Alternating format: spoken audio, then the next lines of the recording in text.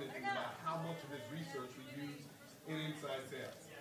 You know, we like to do a lot of our own primary research, and when we use somebody else's, that's actually saying a lot.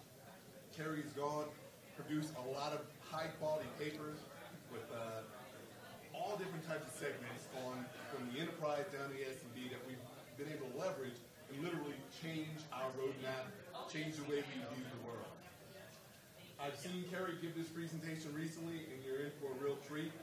Kerry, I really appreciate you taking the time. He's actually in the middle of a whirlwind travel tour himself, so I really appreciate you taking the time to come out here and present. My pleasure. Thank you. Thank you very much. Thank you. All right, we're going to close the door. Hi, everybody. So I'm not going to be as funny as Kevin Nealon, but hopefully we'll be more to the point of what we're doing today. All right, so I love the subject of this conversation we're going to have today. So first of all, how many of you want to just get a sense, how many people are familiar with Serious Decisions? Okay, most everybody, a little bit. Research and advisory services firm. So if you're familiar with Gartner for technology, we're a lot like Gartner except for marketing and sales. There are none of the founders of our company are in the room, so I can say that. They don't like it when I say that because they actually came from Gartner and started our company. But that's what we do. We have a huge event next week in Nashville called the Serious Decision Summit. Anybody going to be there? All right, very nice. All right, so we have our summit next week. We'll be doing a couple of talks there. Actually like this one better than either of the ones that I'll be doing next week, so I was really glad to get a chance to do this. All right, so we heard today a little bit about the combination of art and science. And this is a slide I made 2 years ago at Serious Decisions. And so this is something, and I say that just to let you know that this is something that is near and dear to my heart, I think is really important. In my background, I've got about 20 years in B2B, right around the inside sales space, inside sales, lead development, et cetera. And was vice president of operations for a large third-party teleservices organization for way too long. So one of the things that occurred to me a long, long time ago was that we had to be very good at the data element and getting as close as possible to the right prospects and to get them at the right time so that the art part of this job, which is how you respond to somebody else when they're talking and what you say to them, can be effective. And unless you do the science part right, you're not likely to get the art right either. So just as an example of how art and science can come together, we all know Leonardo da Vinci, and da Vinci was famous for both being an artist and a scientist, so it's not surprising that he would value both. These are some things that he said: study the art of science, realize that everything connects to everything else. I think that's extraordinarily true of this function that we're talking about today, so I think that that's a really great thing for him to say. But he's a bit of a ringer, right? If you talk about science and art coming together, there aren't too many Da Vincis in the history of the world that brought both of those things together. But if you think about an artist like this guy, right? So this guy's, certifiable whack job in many respects, like to paint things like melting clocks and whatnot. So Salvador Dali. Now, if you go to the museum that he built a little bit north of Spain in Figueres, you walk inside and you see this. This is the inside lobby. And you see this mural of Abraham Lincoln. And, first you might think, well, that's kind of weird, because why is there a mural of Abraham Lincoln in northern Spain? But then you find out that the painting is actually called Gala Contemplating the Sea. And if you ask about that, you find out that Gala was his longtime girlfriend. And you don't see Gala contemplating the sea until you do. And if you look long enough and hard enough and from the right angle, you do. And so my point in all of this was that even a guy as crazy as Dali, and an artist as abstract and surrealist as Dali, actually his whole artistic project was about playing with perception. And he followed, this is at a period of time when there was a tremendous amount of work being done in the medical and science literatures on human perception and how we actually see the world. And that partly gave rise to abstract art. And it was his project to both understand how our senses worked and to manipulate art to try to cause a particular effect. So art and science, we wouldn't think of a guy like Salvador Dali, but he was very science-focused. I wouldn't say data-driven guy, but he certainly liked to play and experiment, as we heard a lot about today. All right, so the key issues we think around this function, so you're going to see the words teleprospecting, lead development, inside sales, all together, same thing as we're talking about it today. So we've been calling this the most mismanaged function in B2B forever, and still think for the most part that it is. It's also the place where your company and your prospects meet for the first time, and it's the place that makes the most impressions on people outside of your organization. So to have it be anything other than outstanding, to me, seems like a huge miss. And so that's an important part of what we've been thinking about. We've got a way of looking at it. We'll introduce you to that today, and we'll spend a lot of the time today talking about one specific element of the model or the framework through which we look at it, which is measurement. All right, so first of all, I want to talk about just really briefly how important we think this is. So we saw a number like this earlier. I'll show you the exact number we saw earlier. I forget who was doing the presentation on this. But we said this a while ago, 67% of the buyer's journey is done digitally. We still think that's true, but it doesn't mean what you think it means. And then, our buddies at CEB, Gartner, Forrester, they all have things that are similar to that they've been saying. But here's the thing. 67% of the buyer's journey being done digitally doesn't mean that 67% of the buyer's journey is over before somebody talks to a sales rep. What it means is that people do a lot of self-educating all throughout the buyer's process, even after they've talked to salespeople or while they're talking to salespeople. All right, so here's our, the basic buying journey, education, solution, and then the selection phase, the three pieces of it. We did a survey of 1,000 people who had recently bought something, B2B, last year. And we asked them, did you talk to salespeople? When did you talk to salespeople? How valuable was talking to a salesperson? And so we look at three different kinds of purchases, low, medium, and high complexity, typically very close to high ASP, right? And the three phases. What's really interesting is that even in a very high, or especially in a very high ASP, high complexity sales process, people reported talking to sales and sales development reps very early in the buying process. More early in the buying process than later in the buying process. These are buyers telling us this, so this isn't us making this up. So this means that if you're going to, so one, what your sales development reps, your inside sales reps do and say matters a lot. It matters to the buyers, and that's got to be done really well. Make sense? Does that contradict everything that you were thinking before about when? Okay. All right. All right, so our point about this whole function is you've really got to design it to be continually learning and continually growing. We think there are 4 design principles. The design principles we think of as the end state. What do we want the end state of this thing to be? So and these are cliches, I know, but they're really important ones. So the first one is systematic. And by systematic, we mean that this function is deeply embedded in the organization. It's connected to marketing on one side. It's connected to sales on the other. Any changes that happen within it or on either side affect how this function works and how your company performs, right? In addition, this should be a very process-driven company. I think it's one of the things that InsideSales.com has said from the beginning is this can and should be very process and data-driven. Measurable. We'll talk about measurement a lot today, but when we talk about measurements, what we want are measurements that are diagnostic, that help you see what's actually happening, right? And allow you to take action. Sustainable. There's probably the most common thing that we see in inside sales teams, lead development teams, is that you have 1 or 2 people who perform really, really well, carry the rest of the team. It's a classic Pareto thing. You've got a couple people carrying most of the weight for the team, which means that you don't have processes that you can repeat and that you can scale. Right? It means that you get lucky occasionally and hire somebody who's a superstar, but you can't repeat it and you can't scale it. Right? So sustainable and scalable go together very closely. I say this, and sometimes this makes people upset, but you have to design the function so that the average person you put in it can succeed. So by definition, most of the people you have in the function are going to be average. Right? You will try to hire great people. And some of them will turn out to be great people, but the rest of them will not. And we need the ones who are not to be able to succeed, to be able to perform above expectations so that the geniuses knock the ball out of the park. Does that make sense? All right, so very simply, that's kind of the end state we want to get to, where we're systematic, measurable, sustainable, and scalable with our function. How do we get there? So this is a Serious Decisions 8-factor model for how we get there. We think these are the 8 disciplines that you really have to optimize in order to get to that end state.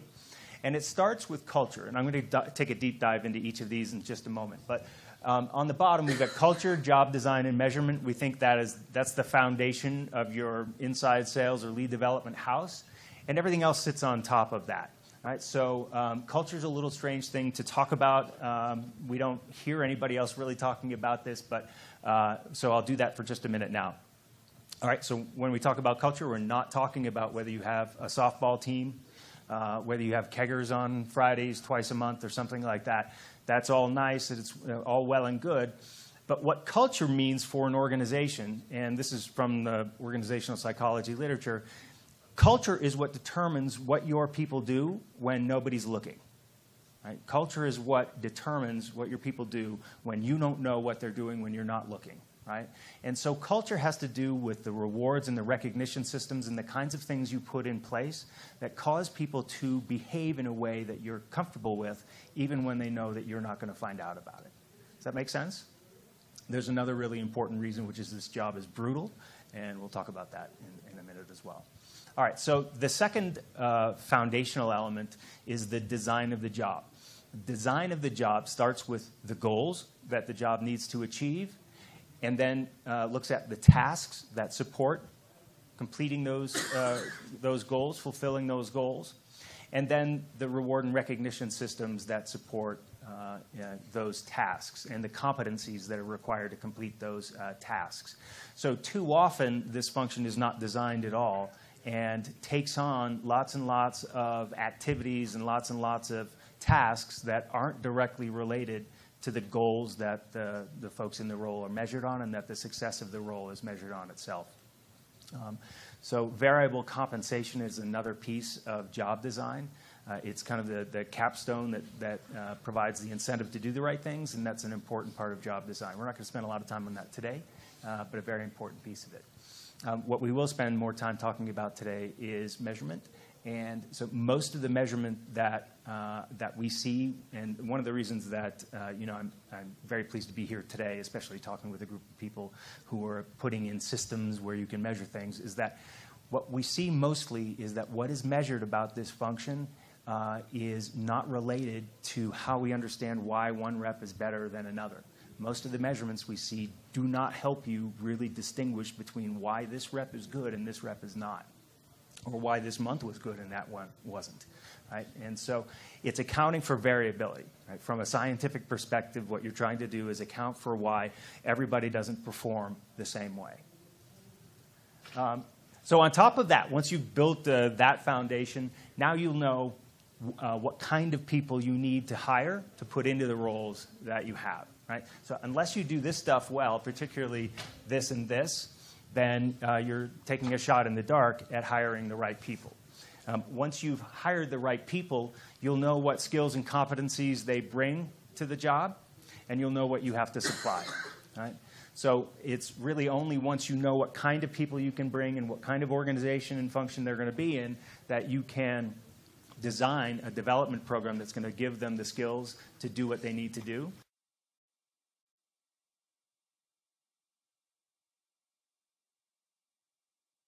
Another key piece of this, because these people are very often early career folks, is how are you going to develop them over time? And how are they going to recognize that they are developing in their career, that they're moving along a path, right? So how are you going to do that?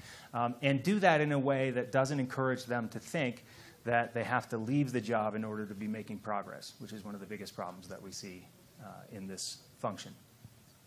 And then finally, we get down to the role of execution, and how do we enable your SDRs, LDRs, inside sales reps to have the kind of conversations that we need. Now, in a lot of respects, everything that you do should be about how you make that as good as it can possibly be, right? But all of this has to support that. And we'll talk toward the end today about how this and that are very closely related and what kinds of things you can measure there. All right, so execution's critically important. So everybody's talking about predictive. The other thing I cover for serious decisions aside from teleservices is predictive analytics. So it's, my ears are wide open the whole time I've been here today. This is awesome. I got into predictive analytics about 9 years ago, just trying to figure out how we improve our productivity in a big inside sales operation.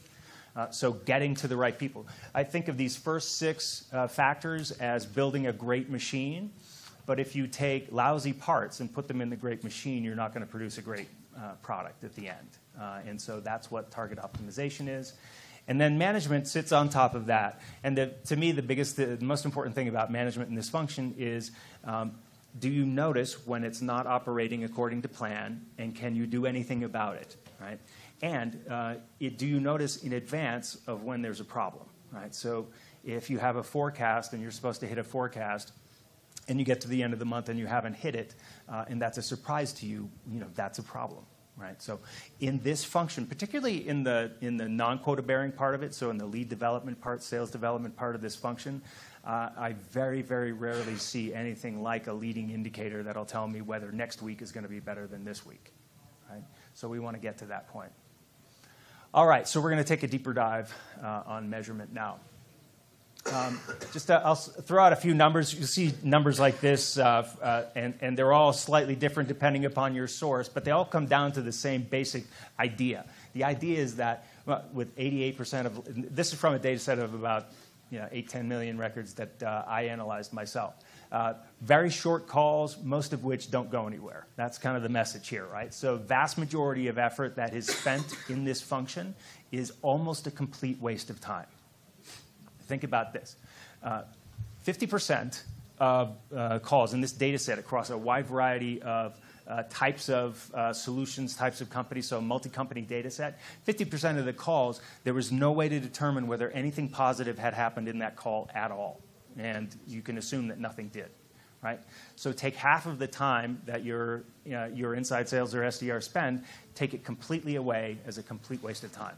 That's what these numbers say. So some other numbers from that data set, 20 attempts to reach one buyer persona. So I use the term buyer persona a lot. It's whoever it is that you need to talk to for your solution. 31% of calls just navigating, just trying to, if it's outbound, just getting to the right person, trying to find that right person. And in enterprise sales environments, this wouldn't surprise anybody, but maybe talking to 3 to 5 people who matter every day.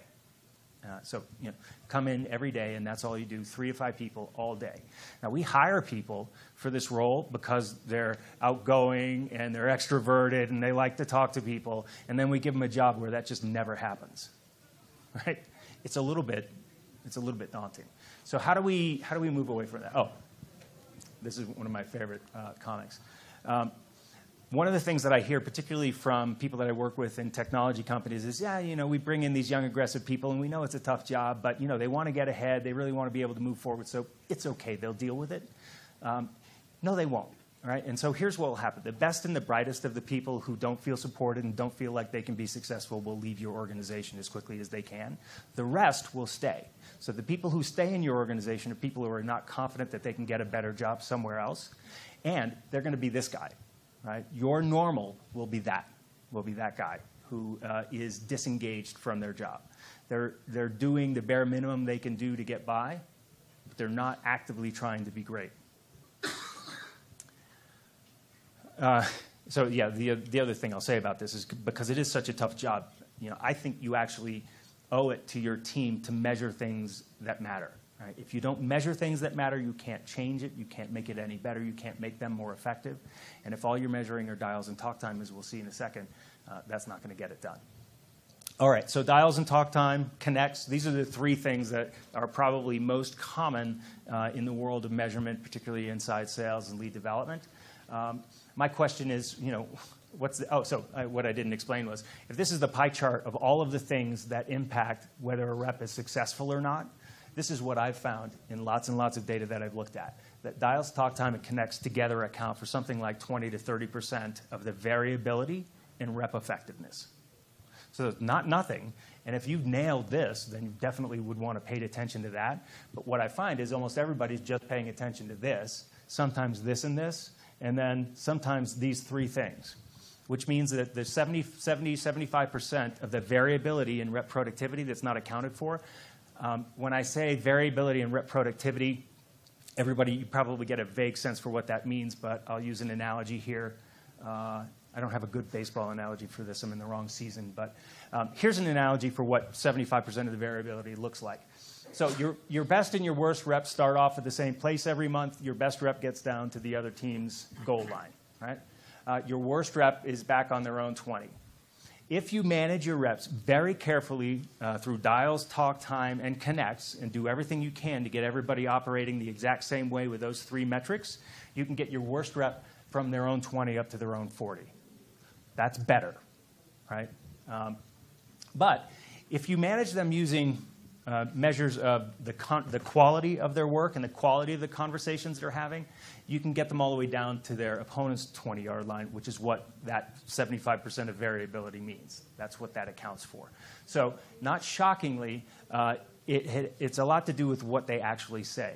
We found another metric that's really interesting, and this may vary and does vary by industry and some other things, but here's a couple of ways to look at it. So in this big data set, we looked at an LDR's winning percentage. So how often, out of all the results that they produce, yeses or nos that they get, how often do they get yeses? So that's a winning percentage.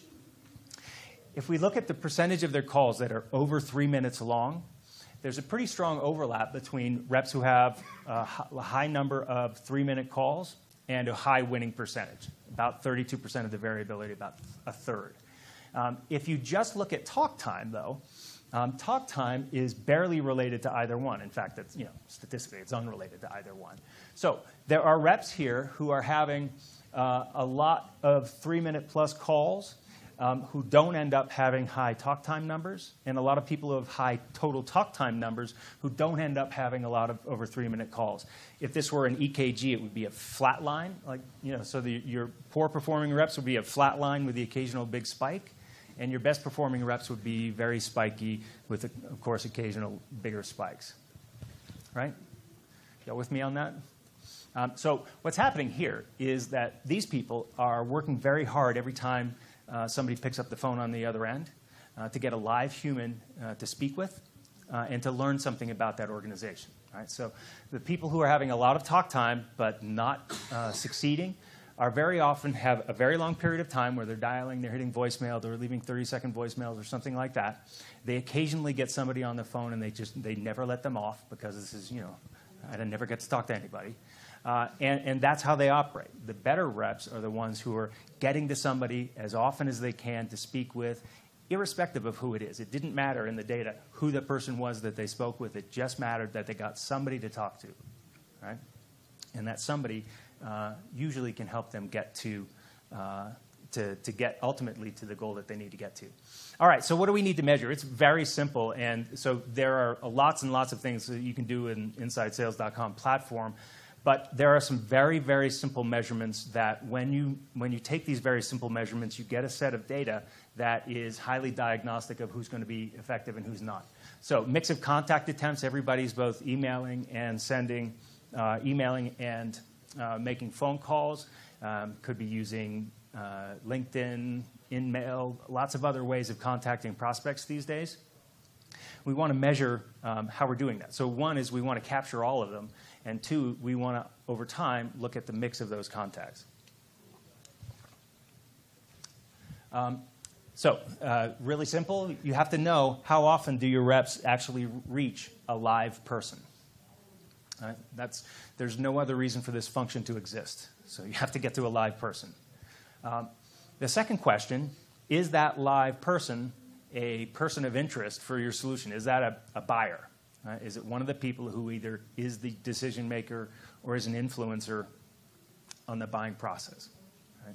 So how often do we do that? If they reach the buyer persona, are they able to engage that person in a genuine dialogue? I'll explain what I mean by that in a couple of minutes. But you can bet that it's a conversation over 3 minutes long. Right? And then if they are able to engage somebody in a conversation over 3 minutes, are they able to convert that to a qualified lead, right? So there are many steps along the path.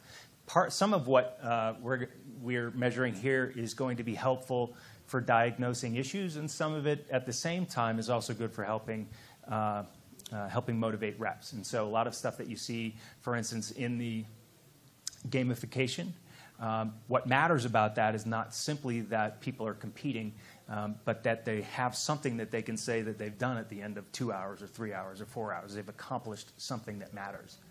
All right, this stuff, you know, when I talk to people about creating activity dispositions, which is my term for this, this requires manual input most of the time, right? So InsideSales.com can take care of some of this for you. Some of this has to be something that a rep is going to tell you inside a system.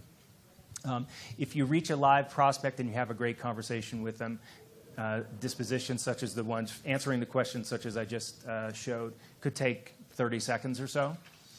If you don't reach a live person and you just leave a voicemail or something like that, it's usually done before you hang up the phone, but let's say 10 seconds at the most. So when SDRs and inside sales reps are making 50, 60 attempts a day, and you're going to add 5 to 10 to 15 seconds to each one, I think they have the time, right? I really do. I haven't encountered any yet that can't afford to do this, particularly for the amount of data that it provides. So I'm just going to show a very simple mock-up of what, you can get much prettier, fancier things than this, but this is just a very simple way of looking at what will help you have diagnostic information. So, I mentioned we want to have contact attempts. I'm not even going to look at the mix here. This is just to show that we know how many contact attempts reps have made. Gatekeeper blocks. So this is an important measure particularly if you're doing outbound calling. So how many times did you reach somebody who could prevent you from getting to the right person and who did prevent you from getting to the right person? Your reps will vary substantially in the extent to which this happens to them, and it's a reflection of their skill. Right? How many times did you reach the buyer persona? And now we're going to look at we're looking at percentages and essentially ratios, right? So of the number of attempts that I made, how many times did I get to the right person? How many times did I get blocked on the way to the right person? And just in the 3 reps that we see here, you can see that even though reps 2 and 3 made many more attempts than rep 1, they didn't reach as many people, and it looks like it's largely because they get blocked by gatekeepers, right? But you'll see different numbers and different ratios. People's days will look different, and if all you have are dials and talk time, you don't have anywhere near as much information, right? We've only answered 2 or 3 questions. Dialogues. So we'll talk about dialogues more in just a couple of minutes, but to me, this should be whether they're quota bearing or not, this is what they should be thinking about when they come to work in the morning. What should be in their mind is how many of these dialogues am I going to have every day? How many great conversations can I cause to happen between me and one of our prospects today? Right? It shouldn't have anything to do with this. It's going to have something to do with this always, right? Because this is the game that we're in, either sales-ready leads or sales themselves, right? So we're always going to be focused on this, but I never want them focused on this. I want them focused on this, right? How many times did I actually engage somebody in a real conversation, right? There's no other reason for a phone job to exist. Right? I was talking with a company the other day, very small inside sales team. They've got 3 people. And all they do is email. And why? Because it's hard to reach people on the phone. Well, okay. It is, especially if you make, as they showed in the data earlier, 1 to 1.5 attempts per account. That'll never get it done, right? And so it's difficult, but there are tools now that can do that email conversation for you and do it just as well as your rep will. So, I told them, you really don't need you guys, right? If all you're going to do is send emails, a machine can do that now, right? It's having a live conversation with somebody, right? Being able to interact with them, and then how many leads they produced. So I chose these very simple numbers because at the end of the day, it looks like, based on, if all we had were number of attempts they made and how many leads they produced, it looks like they all had the same day, and reps 2 and 3 were working harder, right? And that's kind of what we would normally have to go on. Right? If we have just some very simple additional data, we can see that that's not the case. Right? That rep 1 is struggling, we think, here, right? Getting decision makers on the phone, okay, but not really converting them into real dialogues very well. Rep 2 doing a much better job of getting into a real conversation once they get that person on the phone, but just not doing it nearly enough. Right? So this is extraordinarily simple, and you can do much fancier things, especially if you have a tool like InsideSales.com. What I would recommend is if you're not doing this, don't do the very fancy thing first.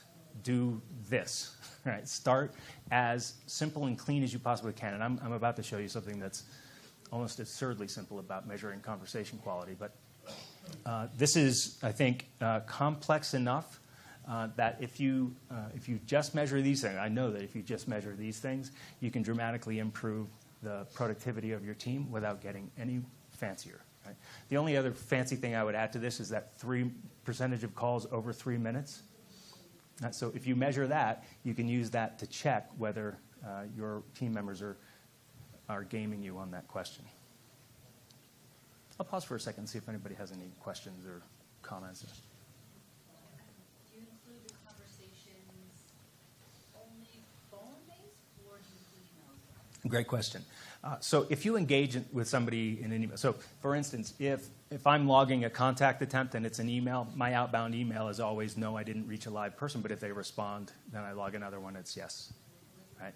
And if it's a genuine back and forth, like if you have 3 emails that go back and forth, that's fine. There's I'll do this little aside.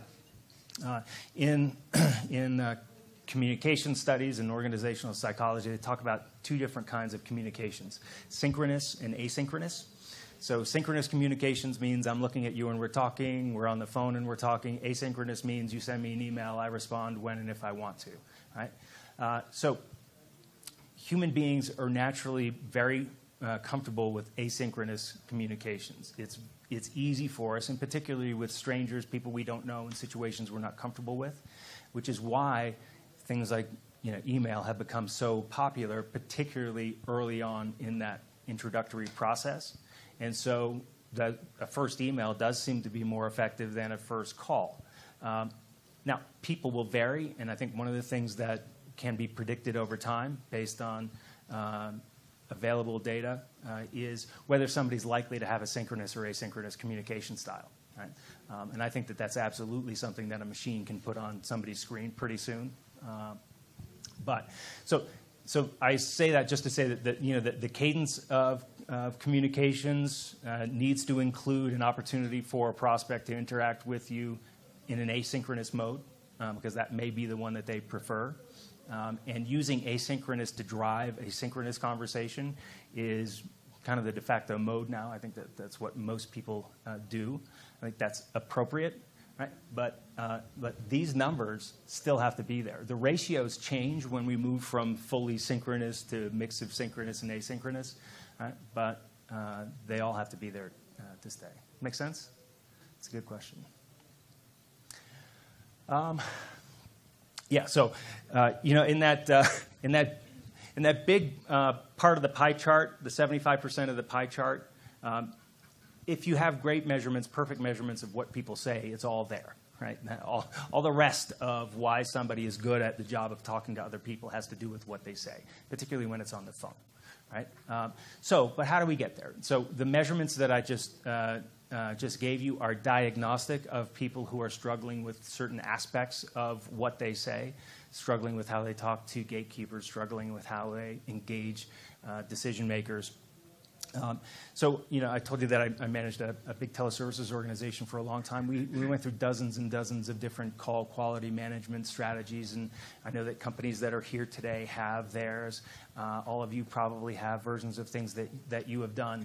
Virtually everyone I've ever seen dies of its own weight in one way or another. Either it's long and cumbersome and difficult to do, so it doesn't happen very often, or the integrity of what's being measured isn't very good. In other words, people check boxes, but not really measuring the same thing.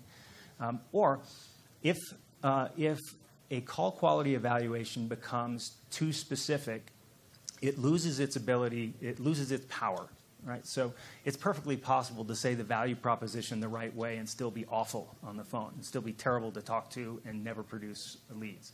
It's possible to never say the value proposition the right way and be really great, right? So if you measure specific things, specific words, did you use this word, did you use this word that matters or whatever, what's going to happen over time is it's not going to have any power to predict who's really being effective. So I'll show you the very simple thing that does. All right, so first of all, we think that, I said this earlier, the quality of the conversations should be what your reps think about all day long, every day. Here's how you get that to happen. So first of all, start asking about it. On your team, every day, ask this question. Never pass a rep unless you ask them this question. You know, what was the last great conversation that you had? And ask them to tell you about the conversation, and don't make it about whether they closed a lead or closed a sale. Right? Make it about the connection with the prospect. Make it about an interaction, about something that they learned from the prospect or the prospect learned from them. Right? It can be business, you know, so I don't think having a 20-minute conversation with a prospect who's not going to be a sales lead or a customer, but you found out that their kids went to Disney, I don't think that's a great conversation necessarily, right? But learning about their business needs, finding out that they might be a good prospect down the line but aren't right now, that could be a great conversation. And you need to count them and you need to celebrate that. In a world where a lot of SDRs and inside salespeople produce one good result every 2 days or 3 days or something like that, we have to have something else to count and to celebrate, right? So this is what it needs to be. And then we want to measure it, because unless you measure these things, they're really not going to have any power either. And so the way that we find that measuring it is effective is with 2 questions. And the first one is really simply this. For every conversation that you have that's over, you can have it for every conversation, but particularly if it's over 3 minutes, tell me whether you would have been proud to have the CEO listen to that call. Now, you can do this even if you don't have call recordings, right? So even if you don't have the ability to go listen to it, you can have the reps tell you whether that was a call that they would like the CEO to have heard. Right? What we want there is for the rep to be thinking about that all the time. Like, that's their job, is to have calls that they would that the CEO would be proud of. And ultimately, this is a call that's going to be consistent with the mission and values of your organization. At the start, this is a completely subjective evaluation on the part of the rep, and that's perfectly okay. Over time, we're going to calibrate on what we mean by that, but at the start, it's going to be subjective. Now, probably not in your companies, but in some companies, it's possible that somebody could do a call that was really great in terms of the CEO, but which no normal human being would want to be on the other end of. Right? And I just think of all of those call centers where you call and you get the 30-minute hello, where they, it's a great day to be, all of that. So the CEO probably likes that. Nobody else does. Right? So we have a second question. Would you be proud for your friends or family to also have heard that call? Right? And we ask the reps to score themselves on those 2 questions. Right? So we want every call. So literally build this into wherever your reps are tracking their activity. They're not handwritten notes. This is data. So we're going to score every call, and then you're going to ask them about it. And you're going to look at the data from time to time. You're going to say, hey, I saw you had a 4 and a 1. What happened in that one the other day? Right? And then if you do listen to calls, if you do record calls, then you listen to calls together and you calibrate over time on what you mean by a great call for the CEO and a great call for friends and family. Now, everybody's friends and family are different, right? But what we're looking for here is a call where a person has made a connection with another human being, where the prospect asked questions or raised objections, and your rep talked to them like a normal human being, right? Engaged with them in a way that caused a good conversation to happen. Right? If you do this, then ultimately what you'll be able to do is correlate. So this is I'm very data-driven, right? So what I want over time is for the measures here, these 2 measures, to correlate with reps' outcomes. Right? So I want this to correlate with the winning percentage that a rep produces. And if you do this and you calibrate over time, it will. When you first start this, month 1, month 2, it's not going to correlate probably very much at all. Chances are it won't. But over time, as you calibrate, you can get these 2 things to predict for you who's going to be your best producer in a month. Right? It's extraordinarily simple. It actually turns into lots of great conversations within the organization. Right? So you'll constantly, your reps, your team, yourself, you'll be talking about who had great conversations and why it was a great conversation, rather than did I use the magic word. It seems like it's a better attempt at scoring points instead of winning or losing. Just they're Right. scoring points, and the more points they score, the Yeah. happier they are. Yeah, and put this on the dashboards, on the leaderboards, and gamify it. Yep. So it seems like everyone would lean towards the measurements you said are not effective because you can't game them. There's a computer measuring them. In your research, do you find people gaming these? Totally, yeah, yeah. They start that way, but I mean, you have to manage them out of it, right? So if somebody's, for instance, 3-minute plus calls, you could game that. But if you're producing 3-minute plus calls and you're not producing anything else, then you're a person I have to look at. If you're telling me that you're having lots of dialogues and you're not having 3-minute plus calls, then I have to correct you for that, right? That doesn't take too long, right? That's a great So you question. would include the measurables as part of the correlation. Yeah, but ultimately what I want to be able to do, though, really simply is look at the day that I had today, look at those call scores on those 2 questions, say, did I have enough conversations and were they good ones? And that should tell me whether I'm going to have a good week and good day tomorrow and next week. Right? If I get to the end of the day and I haven't produced, and I don't have much output, I don't have many qualified leads that I produced, and my number of conversations was low, and the scores in those conversations wasn't good, I know that's not a good day. Right? If I get to the end of a day and I haven't produced many leads, I don't know whether that's a good day yet. I need to know more about it. Right? And those conversations and the quality of those conversations is how I do. Yeah. We've got a couple more minutes. Are there other questions? I've really just got wrap up after that. Yes? Are you able to share that slide deck with us? Yeah, I think you get this, the video, and whatever else, yeah. I didn't do my hair for the video. I didn't think of that. But yeah, you can have the slides. Any other questions or comments? Yeah, Bud, how about those are good questions so far. If you go back to those questions, are you capturing this? In Salesforce, in CRM tool, where are you putting in? How is that extracted? Yep. So if you're not doing dispositioning inside sales.com and you were doing it in Salesforce, it would be in the activity tab. So we have people go create activity dispositions with, it's 4 questions. Did you talk to a live person? What role do they have in the buying process? Did you get into a dialogue? And then these 2. And capture it right there. It doesn't have to be tied to a specific lead or opportunity or anything. You just need to know if it's happening. Yeah. Good questions. Any other questions? Is this something you think like you could do, or it sounds silly, or? It sounds awesome. Oh yeah, thanks, Alec. Awesome. You said the research is based on how many hundreds, thousands, millions of data set points? This 20 years and millions of data points, yeah, and probably, not less than 10 or 12 different call quality management programs that I've, started and then seen die over time. So a lot of our customers at Serious Decisions are implementing this and have been. Are seeing great results. I mean, the most important thing that this changes, I didn't tie this back and I should have, it changes the culture of your team. Right? So measuring this and talking about this all the time changes the way that your reps think about their jobs. They always think about the numbers. They're never going to not think about the numbers.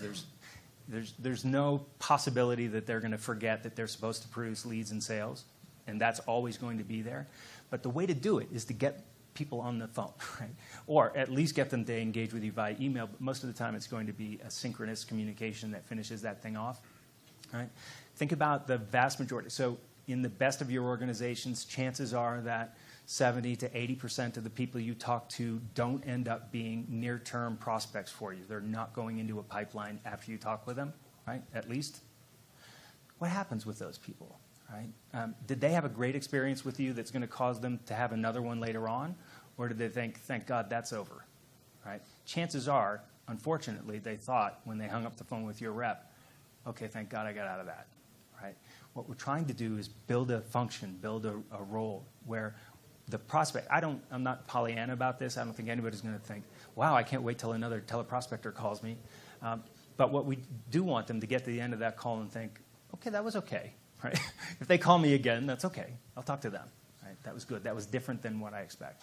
And if we do this, we can make that happen. And it's a much, much better job. So this is I get very soapboxy about this, but that this job of talking on the phone all day can be very, very difficult and brutal, right? It doesn't have to be that bad, and it can be much better if you do it better, right? And if what you're thinking about is connecting with other people and having conversations with other people rather than trying to make sure it looks like I hit my 60 dials. Yep. So we used to do a lot of role playing for our training and coaching, and found that to be much less effective than taking an actual call recording, and then you can have it in the one-on-one with the manager, but it was so much more effective doing it in a team. In a group, yeah. In a group, and having the colleagues review each other, and then they would put forth what they thought was their best call of the week, and then they put forth what they thought was their worst call, and it ended up being really fun. But Yeah. everybody, was able to learn from that and get better. Yeah, that's perfect. What I love about that is that everybody starts to score in a similar fashion when you do it that way. Yep. There's not this wide range of, well, mine's always a 5, and everybody You calibrate kind on. of, they calibrate. Yeah, It was yeah. actually the opposite. They scored their own call worse than all their peers did. They had a harsher view of their own. If they're in the room, yeah. That may also go to the culture of your organization too. Yeah. What have you had success, and or how do you correlate the things we've talked about today with like mindset or the attitude of the person in conjunction with the activities? Is there do you, in your past life, have you done a corollary between the two, and do you have them track anything related to mindset and mood management Yeah. as opposed to just activities? It's funny. I mean, short answer, no, not in real time. It would be really interesting, and we used to do a lot of like mind management activities because, think of it, most of the people in this role are pretty early career. If you have quota-bearing sales rep, you expect them to be able to manage themselves through a tough week, tough day, or whatever. Early in the career, you've got to do it for it. You've got to do a lot of that lifting for them. A big part of it, I think, is focusing them on not the numbers, not whether you're going to hit your number at the end of the month, but today, right now, am I going to find enough people to talk to, right? And that's a thing that I can control, right? And that's a thing that I actually like to do if we've hired the right people. As opposed to outcomes. Right. It's the process is I get enough of the right people on the phone, I get into conversations with them, and then good things happen, right? And so that's the dynamic in managing the attitudes and managing the process with the reps. It also comes down to whether or not, if this is the organization you're going to run, then you need to hire people who are going to be comfortable in it. Like it's in a meeting like that where you're playing your call in front of other people and people are critiquing you, that's a high feedback environment, and it's not for everybody, right? There are a lot of people who could do well in the job who will never want to be in that meeting, and we're not going to benefit from it, right? So I think that that's a great thing to do. It's the right way to do this, but there are going to be people who are not very well suited to that environment, who might otherwise be successful. We don't make everyone do it. We just ask for volunteers. Okay. Who wants to present one of their Yeah. calls? And I love is actually listening to the bad ones. So I think having contests for who has the worst train wreck of the day, of the week, or whatever is a great idea because they're happening, right? And they're happening. You want to give your teams permission to tell you about them, right? So that you just have a much better sense for what's going on. You make light of it, get rid of it, and it's not the end of the world when it happens because it's a reality. It makes a great highlight reel at SKO. Yeah, totally. Yep. Okay. So I think folks, we're all done. I'll be here all day. All right, it's great. Thank you for being here.